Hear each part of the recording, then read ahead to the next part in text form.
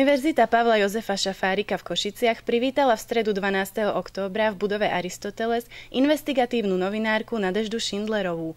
Tá pôsobila celých 12 rokov v týždenníku Plus 7 dní.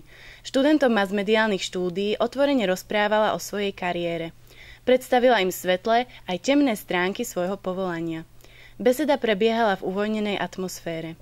Ostrieľaná novinárka spomenula viaceré kauzy, ktorým sa venovala, zároveň odpovedala na zvedavé otázky poslucháčov.